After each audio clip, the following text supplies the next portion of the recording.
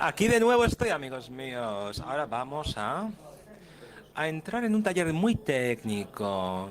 Vamos a adentrarnos, profundizar, zambullámonos en las cuestiones técnicas. Vamos a hackear y piratear vehículos con sistemas de radiofrecuencia. Es el medio del asunto. ¿Alguien ha visto esta película? Se hizo en 60 segundos. ¡Qué peliculón! Aquí tenemos que aprender mucho. Lo primero de todo, cuando pirateas un coche, cuando accedes a un coche, es tener un acceso físico a ese coche. ¿Cómo conseguirlo? Pues lo primero de todo es entrar en el garaje de alguien, porque normalmente los coches están en los garajes. Entonces nos adentramos en el garaje, lo hackeamos. Esta es la pinta que tiene un garaje. Pues normalmente se funcionan con sistemas de control remoto. Nos permiten franquear la puerta y adentrarnos en el garaje. Miramos que los mandos de control remoto para abrir la puerta de un garaje, si vemos por detrás hay identificadores con cuerpos regulatorios. No estoy muy seguro cómo funciona la regulación de los códigos de acceso a los garajes en estos sistemas de acceso, pero en Estados Unidos tenemos muchos códigos FCC, ID, QV, QNRS 288. Este es un prototípico código de acceso a los garajes en Estados Unidos, con muchas letras y muchos números. A menudo es información pública. Con este FCC, básicamente verifican la retransmisión de frecuencias en Estados Unidos. Con nuestros teléfonos móviles, y vemos en la parte trasera, vemos pues unos identificadores del teléfono móvil, y vemos el FCC de mi teléfono móvil. Es el carnet de identidad de mi móvil, MADD, y más letras y más letras. De hecho, tenemos esa información en la cara posterior de nuestros mecanismos que identifican. Entonces, en cuanto conocemos el identificador de la puerta del garaje, lo vulneramos. Podemos utilizar incluso páginas web que identifican los códigos de acceso en los móviles, te muevan toda la información móvil pública de los FCCs lanzados en Internet. Por ejemplo, cuando intentas registrar un producto que transmite en radiofrecuencia, pues estar lógicamente reflejado con estos códigos. Accediendo a esta página en línea, podemos ver muchas fuentes de información. Lo fundamental es ver. Estamos con el control remoto de la puerta del garaje. ¿Cuál es la frecuencia de radiotransmisión? Lo primero hay que pillarlo. Aquí accedemos, y lo he puesto con un círculo rojo, pues vemos las cifras pues son las cifras de acceso del garaje. Entonces, no significa que vayas a tener acceso al mecanismo. Puedes conseguirlo incluso en línea. El identificador del garaje está en la línea.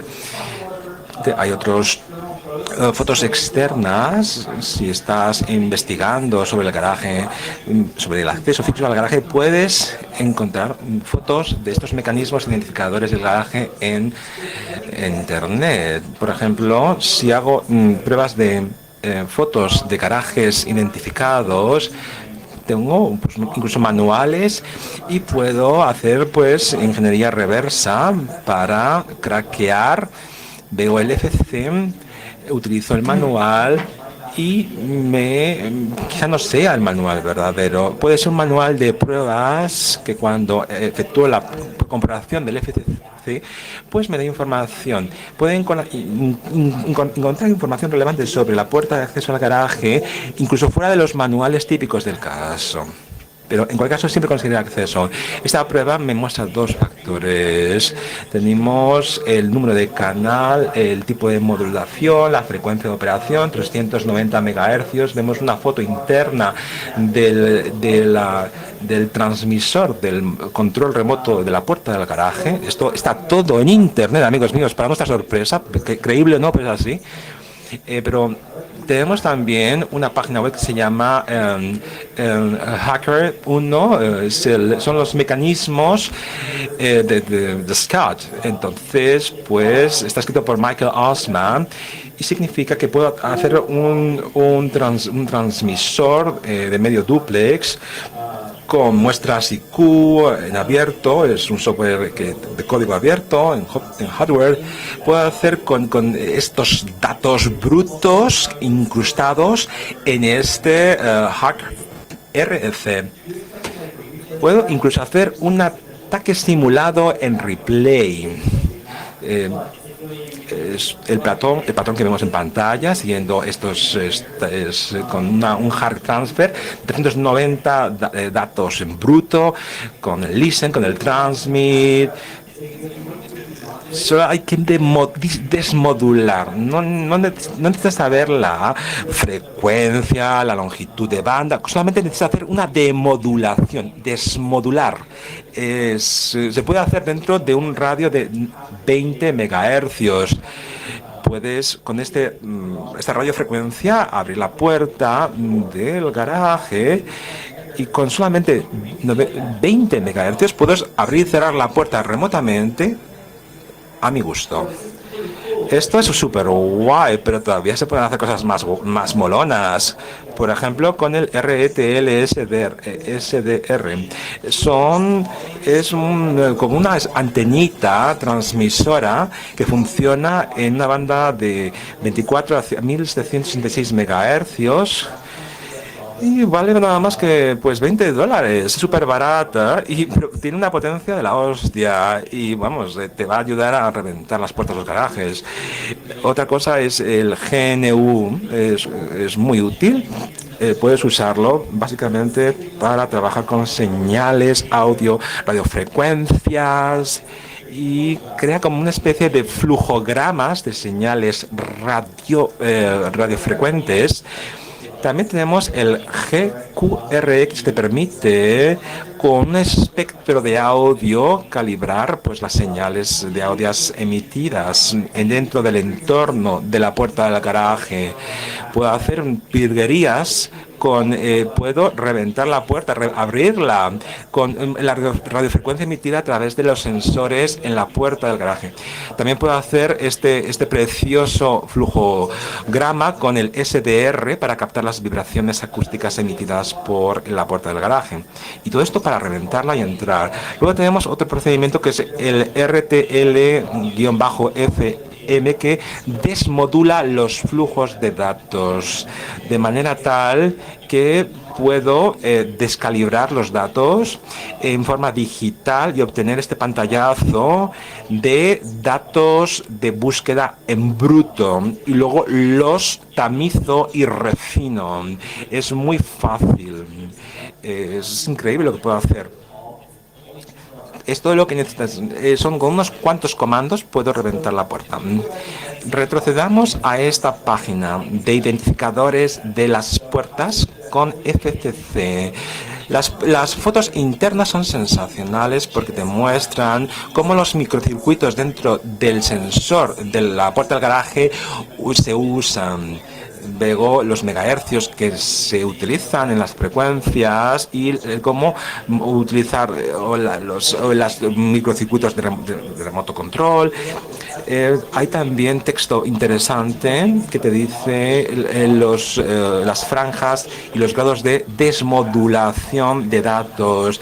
Hay un espectro de datos desmodulados que determina la frecuencia, la intensidad de la batería del sensor. El manual del usuario te ofrece mucha información relevante.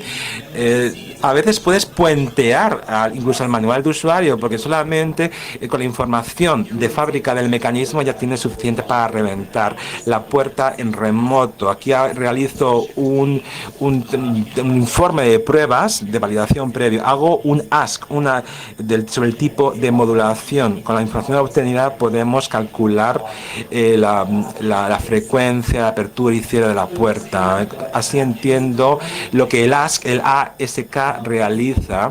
Y aquí el ASK desempeña pues unos patrones de modulación con diferentes rangos de frecuencia. Son, insisto, grados de desmodulación. Utilizo pues la frecuencia en AM, entonces AM, el volumen de la señal que sube y baja en la frecuencia AM de los coches. Entonces lo puedo cambiar a, quiere decir que tiene mucho sonido, eco, y si baja es como una forma muy fácil de mandar señales digitales por las radios. Hay un cambio de la señal, por ejemplo, si estoy en FM en el coche, pues la FM es una escala que se modula entre dos frecuencias para representar una serie de megahercios. Hay diferentes escalas modulables con las frecuencias de la radio. 1, 0, 1, 0, 1, 0. Hay diferentes parámetros. Vemos aquí en 2 FSK y con el ASK vemos diferentes piezas de señales que en los porcentajes de dos señales que se solapan en esas escalas. A la derecha vemos el QQ, es la única señal que se enciende y se apaga consecutivamente. Basándonos en esta información, investigando si la prueba de información te muestra cómo determinar el FCC. Si el FCC no me funciona, lo puedo sacar de este muestreo. Ahora se graban estos datos a través de la puerta del garaje en un fichero Wi-Fi, donde se procesa con un software adecuado y podemos ver si cuántas veces se repite una misma cantidad de la frecuencia. Y veo unas señales largas y cortas. Establezco patrones. Veo la amplitud de los volúmenes, puedo ver que es una, o puedo tomar las breves, que van a 0, que coinciden con las anteriores que se producen dentro del interior del garaje. Y veo estas secuencias de 10 dígitos y vemos que esto equivale con este patrón. Es un paquete repetitivo de señales. Por investigar en las señales de frecuencias, veo cerrar de nuevo la puerta, abrirla según mi capricho. Si vemos este mecanismo de código fijo, es como un switch que enciende y apague. Si hay pues secuencias de 12 binarios codificados, no es mucho, pero es algo pues como 1000 millones. Hay tantas combinaciones, como vemos en pantalla, que pueden desencadenarse a partir de 12 bits. Si tiene un pin de 12 bits, pues tiene 4.000 posibles combinatorias de contraseñas para apertura a partir de estos 12 bits. Hay promedios que van entre 5.000 combinaciones o demás a partir de estos bits. Entonces, es mucho más seguro utilizar dos contraseñas si quiero asegurar bien la puerta de control remoto de mi garaje. Utilicemos dos contraseñas. Si utilizo los 12 bits, pues puede tardarse aproximadamente 30 minutos en transferir todo el código. Entonces vamos a profundizar más en combinaciones, en transmisiones. En una puerta normal de garaje, vemos, manda la misma secuencia de bits, pues de 5 veces. Vemos 5 veces la misma frecuencia de señales. La mayoría de los garajes mandan primeramente una señal y se resetean en caso de que haya pues un tipo de problema. Si despiezamos las señales y la mandamos una sola vez, conseguiremos esto en solamente 6 minutos. Puedo pasar de 30 minutos a 6 minutos al evitar repeticiones recurrentes que no me sirven para nada.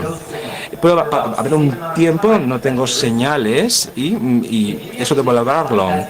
Si extraigo la señal, es lo que vemos en la parte de arriba, vemos la franja de tiempo donde no hay señales y lo extraemos, ahorro el tiempo, evito desperdiciar mi tiempo durante el cual el garaje no está emitiendo señales y pues consigo un volumen de retorno de la señal del remoto mucho más rápida. Aquí me pregunto que no hay espacio entre dos diferentes códigos. ¿Cómo la puerta se va a abrir? ¿Cómo sabe cuándo se abre y se cierra? ¿Cuándo comienza y cuándo se cierra? Es difícil determinarlo. Si estoy, pues voy a meter la contraseña para abrir la puerta del garaje y la envía en un paquete. Esto es una contraseña, pero en radiofrecuencia no hay otros datos que den los datos de un lugar a otro. Puedo asumir que no se sabe cuál es el comienzo de la apertura con la radiofrecuencia y el cierre. Hay un registro que se llama pues los turnos cambiantes de los bits, que pues es el código que solamente me clarifica un único bit en un tiempo mientras hago la extracción del siguiente bit. Es un código de 13 bits que verifica dos códigos diferentes de 12 bits. Entonces, estos 12 bits es la contraseña correcta del garaje. En vez de renovar todos los bits y tomar esto indexado en la siguiente, solamente cambia un bit. Puedo mandar 13 bits y verificar dos códigos bits de 12 bits. Con 24 bits solamente pues enviando 13 bits. Debe haber una forma para explotarlo y que es un hecho sobre todo en el registro del cambio de turno de bits, sin tener que enviar todo el código. Lo puedo solapar y puedo ahorrar tiempo y bits. Una de las cosas que podemos hacer aquí es lo que se llama la secuencia de Brujon. De Brujon fue un matemático que creó este algoritmo para calcular pues secuencias sobrelapadas de bits.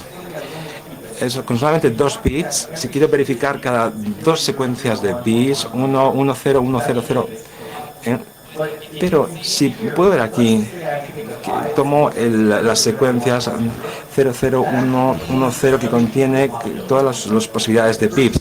Los dos primeros bits, 0, 0, luego los siguientes bits junto es 0, 1. Vemos 0, 0, 0, 1, 1, 1, 1, 0, y luego 0, 0, 0, 1, 1, 1, 1, 10 y creo la secuencia, creo pues el turno de retorno de los bits de hecho podemos explotar esto adecuadamente para abrir la puerta de un garaje con un código de 3 bits en fuerza bruta. Me toma únicamente pues 8 segundos. Afortunadamente cada código pues tiene la posibilidad de abrirse en solamente 8 segundos explotando la secuencia de Brujon adecuadamente. Tomo pues estos bits, entonces estas 5000 posibilidades y creo una secuencia solapada, reduzco la cantidad de tiempo rápidamente y puedo abrirlo. Y esto sucede con todos los garajes que he probado, con códigos de despliegue. Esto funciona. Sí, ciertamente. Ahora vamos a verificar y probar esto. Uno de los mecanismos que uso mucho es lo que llamo el Joystick One, creado por Michael Oshman. Es un transmisor de bits. No es de radio, es para los chipsets, para los microcircuitos. Hace una desmodulación y te da muestras de forma efectiva y eficiente si sabes lo que estás buscando. Aquí desmodulo en el informe de identificadores de las puertas. Otra herramienta que uso es lo que se llama el RTAF, que es un modo de búsqueda que permite disponer del poder bruto del RF-lib. Tengo dos comandos para recibir y mandar cualquier cualquier señal en esa franja de frecuencia. Especialmente puedo hackear los garajes, los coches, los relojes. Es un entorno donde cualquier objeto que interactúa dentro del dongle RCCAT puede ser hackeado.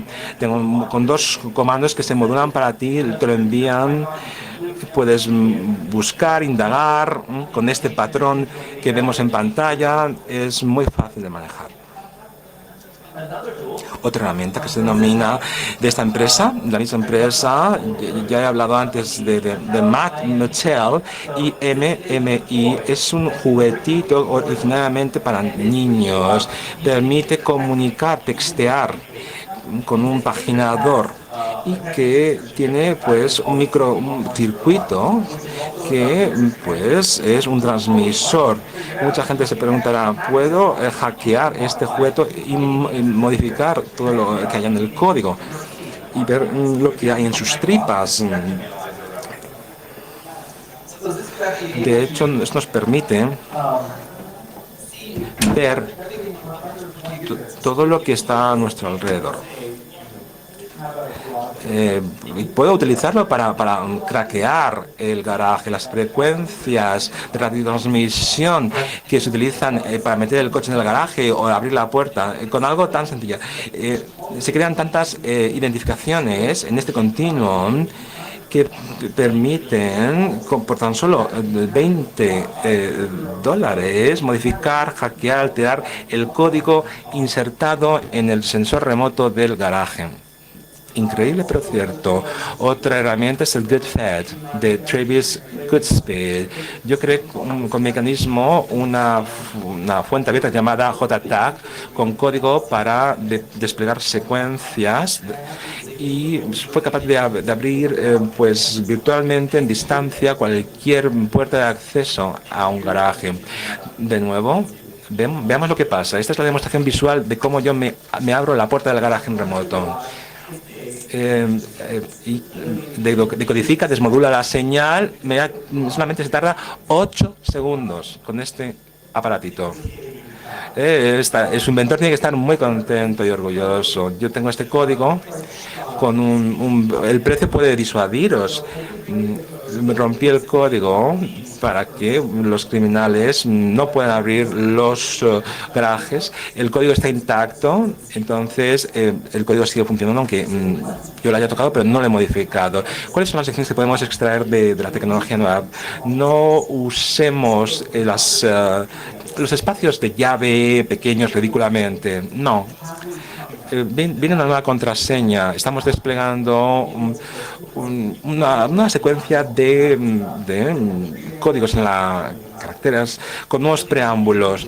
Hay que reducir los códigos de despliegue de las contraseñas, simplificarlos, pero robustamente. Vemos en estos coches autónomamente conectados, también podemos explotarlos en sus gamas de frecuencias.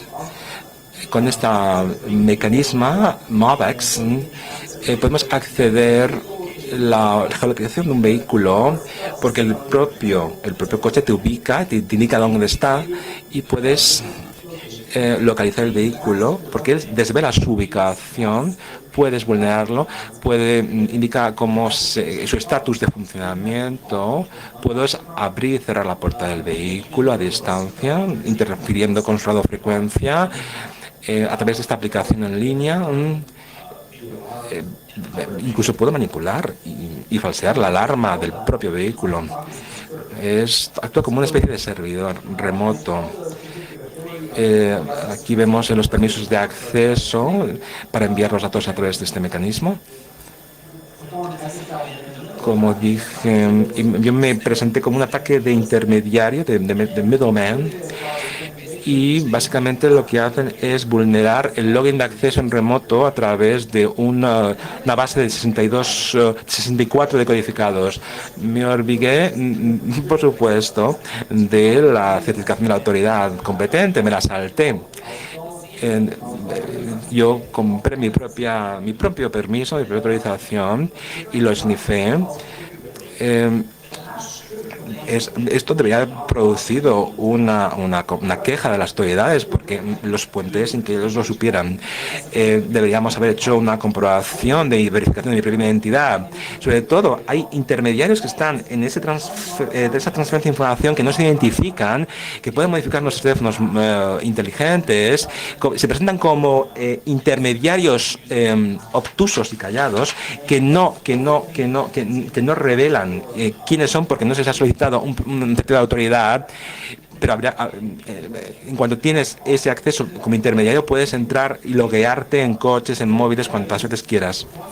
Para realizar este ataque, pues hice una especie de un SL-MITMA con el Raspberry Pi en los teléfonos. Donde quiera que el teléfono móvil esté cerca del vehículo, ataco al coche a través del Raspberry Pi, desde el móvil. Entonces, se está investigando ahora en fuente abierta estas vulnerabilidades y cómo explotarlas. Lo primero es que, haciendo un SL-MITMA con el intermediario en Estados Unidos, lo flipante es que pues incluso con el propio correo electrónico puedo hacer un ataque y complicarle la vida al conductor del vehículo. Esto podemos trampear el Wi-Fi, el coche, con este procedimiento en Raspberry Pi. Si estoy atacando un coche y necesito saber,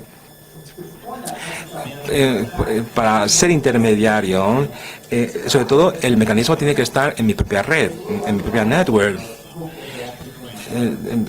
Cuando está metido en mi red el coche con sus códigos, puedo atacar. Entonces mandan lo que se llama una comprobación o petición de probe. Incluso aunque no tenga un radar de Wi-Fi, pues esto salta en tu coche y te efectúa una 802.11, una petición, request de probe, de verificación. Nos dicen el nombre de la red desde la cual yo me conecto utilizando mi coche. Snifo esa información, obtengo la red móvil de mi teléfono inteligente e incluso puedo falsear y generar una con un nombre diferente. Este mecanismo pues toma, por ejemplo, una que se nombra con 15 y manda una petición falsa de retorno hacia el móvil y dice: estoy aquí. Y ahora el teléfono se enrola en esa nueva red, no sabe que hay un intermediario que está chupando la información y resulta craqueado. Estos son un poco más caros, estos mecanismos que vemos en pantalla, pero si los aunamos, utilizo este mecanismo llamado OnStar, estrella propia, para los vehículos geolocalizados con GPS. Estoy esperando a que el conductor lo abra y me indique si es capaz de textear, de mandar un texto a través de la red interna del vehículo para interceptar la comunicación y los datos. Puedo abrir la puerta del vehículo de esta forma. Son con muy pequeñas combinaciones, porque realmente este conductor no ha verificado el certificado de autoridad del vehículo. Lecciones que debemos extraer. La comunicación tiene que estar garantizada con el servidor, con certificados expedidos oficialmente por las autoridades, que garantiza la transmisión segura de la información. Se habla mucho de autoridades certificadoras. Tenemos que apoyarnos en ella. Esto garantizará la seguridad de nuestros vehículos. Por ejemplo, Dell. Esta semana supimos que Dell va a aplicar procedimientos de seguridad a sus ordenadores. Pero bueno, esto no está suficientemente garantizado y sus ordenadores pueden ser interferidos de nuevo. Es muy importante que creemos patrones de certificados seguros entre todos los participantes en la sociedad de la información. Eso es trabajo de todo.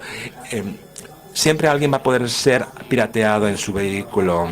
Los consumidores vivimos en entornos pues a veces un poco hostiles. Tienes que comunicarte con otro servidor seguro. Asume que potencialmente ese servidor con el que me voy a comunicar puede ser hostil, me puede atacar, atacar mi GPS, mis configuraciones de estatus del vehículo. Nunca me puedo fiar de ningún servidor. Debo exigirle que me garantice sus certificados de seguridad. Hay otra cosa importante que tienen todos los coches, que son los key fobs. Esto aparece en todos los vehículos inteligentes. Hay funciones que podemos realizar hoy en día con los mandos. Podemos interferir. El verano, pues me dediqué a trastear un poco cómo funcionan los mandos a distancias con los key fobs. ¿Cómo se despliegan? Vemos estos microcircuitos que manipulan el controlador de los chips con los transmisores. El transmisor es como una especie de patrulla que controla el microcircuito, y averigüé que en ese desconocido circuito pues eliminaron las marcas de fábrica definidoras, identificadoras de los chips para evitar ser capturados. Entonces no hay forma ninguna de saber quién está utilizando esto, porque eliminaron las trazas. También utilicé un analizador de lógica que permite hacer análisis sistémicos lógicos de frecuencias en un entorno automático y digitalizado. También interesantes son las investigaciones con micro SMD, porque el enfoque habitual que tiene que hacerse es 2 bits que hemos visto antes en el WSKFM, con paquetes digitalizados de bips. También verifiqué con este medidor, no sabía realmente, estaba verificando los voltios, pues sobre todo hice una verificación del regulador del voltaje del garaje.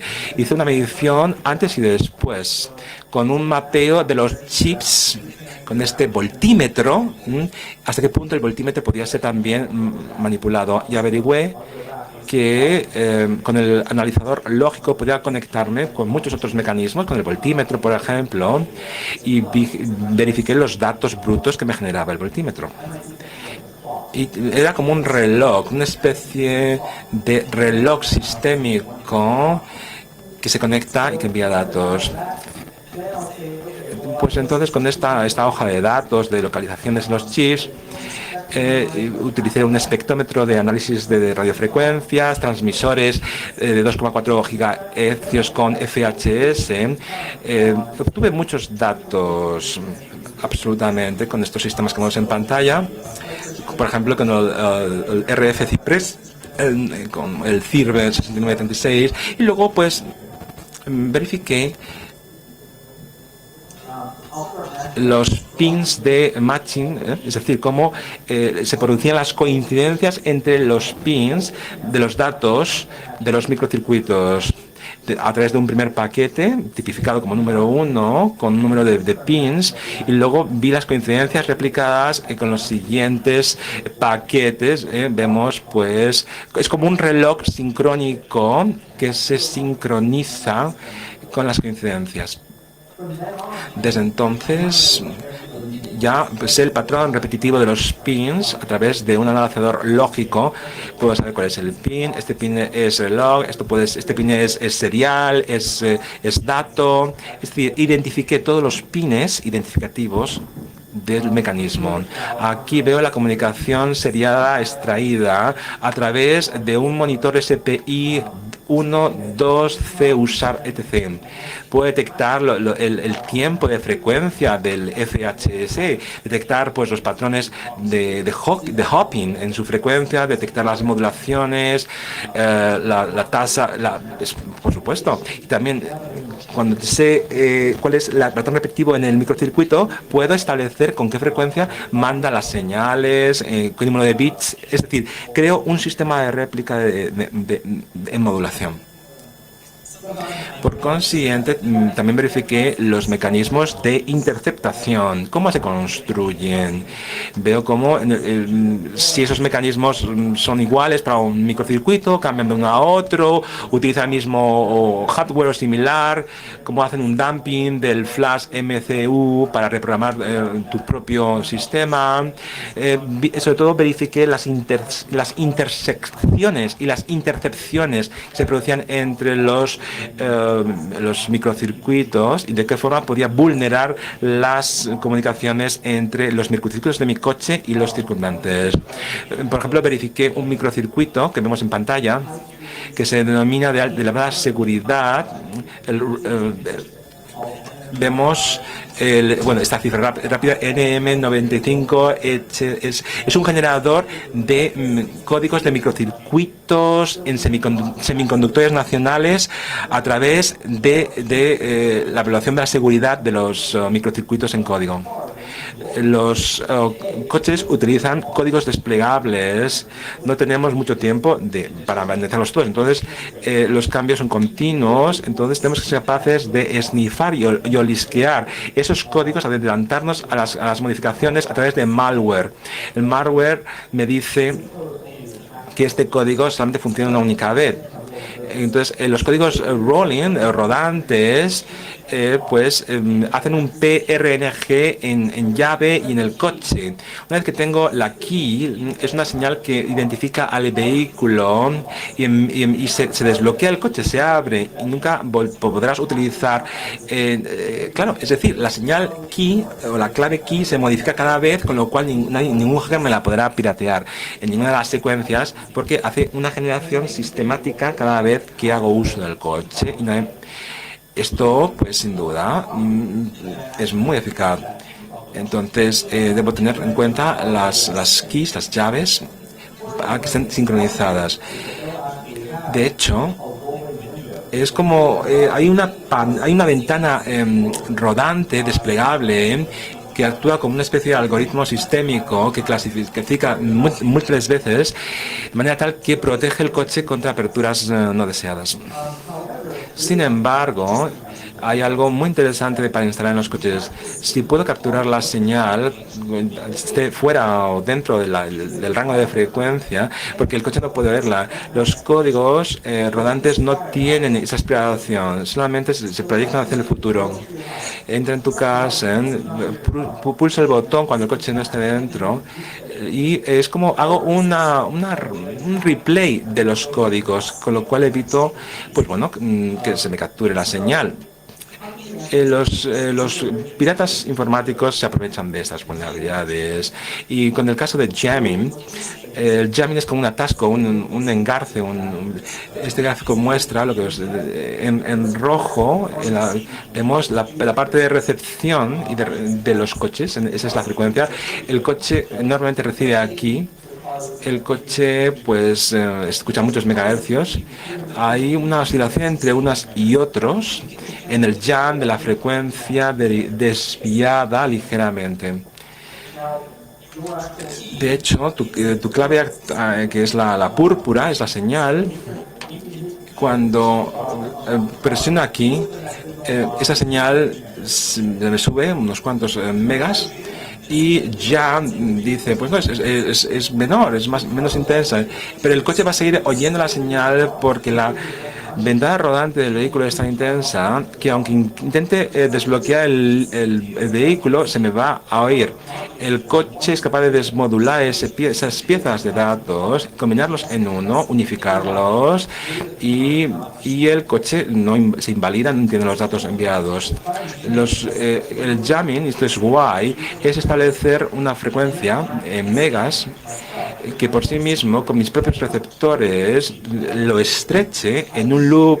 Puedo oír lo que está presionando desde aquí.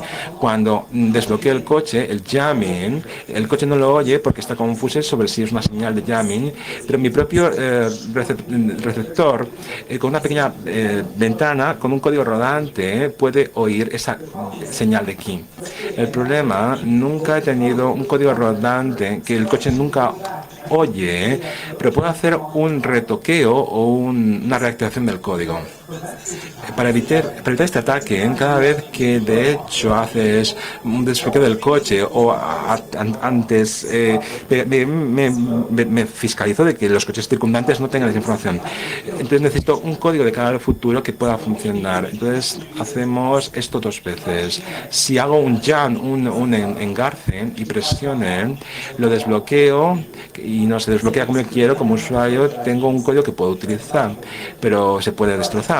Si lo uso y no funciona, ¿qué hago con el código? Tengo que intentar desbloquear de nuevo y a ver qué pasa. Entonces utilizo el jump en 2 sesiones. Tengo 2 códigos rodantes, el primero y el futuro. Puedo reactivar y desplegar el primero y tengo ya el segundo futuro en la recámara para que me ayude en caso de que no funcione el primero. Puedo hacer que el coche funcione y tengo un código futuro en la reserva que puedo volver a jugar con él en caso de que el primer código no funcione. Fácilmente podemos hacer un exploit en el coche. Claro, los códigos rodantes en el coche está separado del uso de la key. Básicamente presiono la key para desbloquear. Escucho esto. Es bueno hacer un replay para luego seguir. Y esto me puede cerrar el coche, pero desde un punto de vista de ataque no es muy interesante. Debido al código rodante es diferente a los datos y al botón que yo presiono, puedo ajustar los flujos de bits de los datos, trozos para desbloquear y otros para no bloquearlos. Tengo un bit de desbloqueo para, haciendo un flipeo, un cambalache, puedo actualizar los datos y asignar los códigos bits para asegurarme de que funcione cuando yo quiero. Esto es un ejemplo muy básico que yo llamo roll jam, que es como el atasco en el rollo, que utiliza códigos CC1101. Estos transmisores está haciendo un atasco, una captura, y estoy desbloqueando el coche. Es un jamming. Es por unos milisegundos en un momento determinado. El otro receptor recibe el código verdadero cuando simultáneamente estamos evitando que se produzca el atasco, el bloqueo en el coche. Así he abierto cada código que he conducido. Estos son coches de 2015, los últimos modelos y versiones. Se puede abrir la puerta con este ataque técnicamente que ha estado en curso desde el principio de los tiempos y demuestra que es viable y que lo pueden explotar como vulnerabilidad. Tengo información en línea que vemos este actor en su película con este tipo de consejos y que debemos extraer, como digo, es que hay que encriptar el hash del botón en las acciones. Hay que encriptar toda la información de los vehículos. Codifiquémosla de forma que sea totalmente indescifrable. Toda la información tiene que estar cifrada para que intrínsecamente se conecten las piezas de información unas con las otras y sean imposibles de desvelar. También hay que hacer un HMAC para evitar un flipeo de los bits si están encriptados. Por ejemplo, si pongo un tiempo real, si pongo un reloj verdadero que distribuye las llaves, las keys que te dicen que solamente funcionan durante un único segundo, si el atacador puede entrar en esa clave durante un segundo, me puede vulnerar el coche. Entonces tengo que usar un algoritmo en tiempo basado con RSA en la seguridad. Entonces también puedo utilizar en su detrimento pues un desafío, una respuesta a través de transmisores en vez de una comunicación monodireccional. También otros muchos códigos. Muchos vehículos tienen códigos y transmisores que se pueden implementar hoy en día. Tienen muchos vehículos, como decía, keys que hacen RxTX en remoto para desbloquear la señal que está basada no en tiempo real, sino en modo monodireccional. Esta es la parte del técnico en la materia. Muchas gracias por la atención. Si tienen preguntas, por favor, es el momento. Muchas gracias. Oh, thank you. Okay, thanks.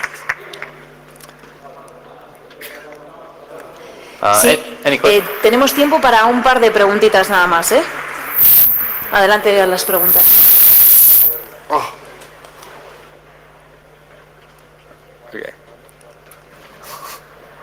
Hello. Hello. Yeah. So, my question. Sí. Mi pregunta es un poco más detallada. Es decir, fuera de un entorno controlado, es decir, por ejemplo, donde tú quieres abrir el coche de una persona que no conoces o cualquier coche. Entonces tú dices que haces el jamming del primer código cambiante y luego del segundo y luego envías el primer código. Es decir, que tú estás haciendo un jamming de los dos códigos. Entonces lo retrasas después de enviar la primera clave. Es decir, ¿cómo cambias al jamming para enviar el código? Bueno, estás haciendo un jamming de dos códigos. En el segundo código que se recibe, el dispositivo automáticamente deja de hacer el jamming y entonces sustituye el primer código. Es decir, con un poquito de retraso. Sí, menos de 100 milisegundos. No sé, el usuario no lo percibe en absoluto. Muchísimas gracias. Sí, todos los tests que yo he hecho no se hicieron en escenarios controlados. Todos esos eran entornos activos. Era yo quien estaba ahí intentando craquear y abrir el coche de los amigos. Bien, ¿hay más preguntas en la sala?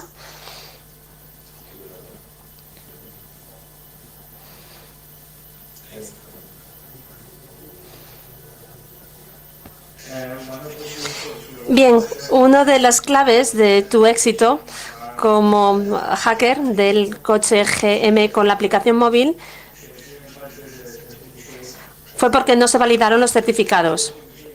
Entonces, ¿qué harías en caso de que la aplicación se hiciera esta validación, si validara al emisor de la certificación? Es decir, ¿sería eso viable? No. Si se hace una certificación, una validez del certificado, no es posible hacer un man in the middle. Hay que hacer otro ataque. También es importante destacar que muchas empresas tienen este problema. GM lo tiene, también BMW, Mercedes y Chrysler. Todos ellos tienen el mismo problema. Es decir, que se pueden hacer el mismo ataque, el man in the middle, en todos estos vehículos, además del GM. Y si, por ejemplo, si yo veo que no funcionara, si no funcionara por la validación del certificado, tendrías que atacar la red. Entonces yo lo que haría sería hacer un jamming de la comunicación 3D, es decir, que el dispositivo móvil se le baja la puntuación y pasa de 3D a 3D, a 2D. Yo puedo interceptar la comunicación 2D o GPRS, es decir, cuando están en el Internet y utilizan esa aplicación, yo puedo interceptar esa comunicación. Eso sería lo que yo haría. Y creo que voy a hacer inmediatamente este test. Voy a probar si esto funciona.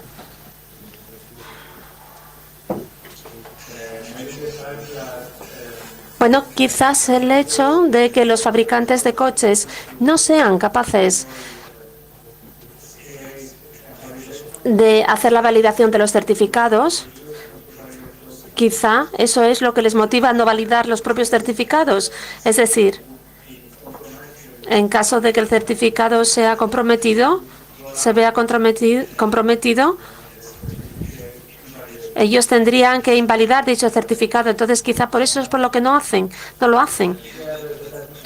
No lo sé. Yo creo que en cualquier caso tampoco es una razón válida. Yo creo que lo que pueden hacer es el pinning del certificado con su propio certificado y no depender de ningún otro certificado. Pero eso sería mucho mejor que aceptar todos los certificados. Es decir, tú estás diciendo, bueno, quizás sería mejor aceptar unos certificados no validados, desconocidos, y a lo mejor en el futuro te lo comprometen, te lo atacan, pero tú dices, no, hoy por hoy lo tiene todo el mundo.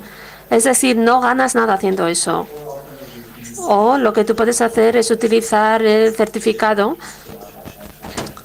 y, bueno, esperando que no se comprometan. Y en cualquier caso, ahí a ti te beneficia el tiempo, ganas tiempo.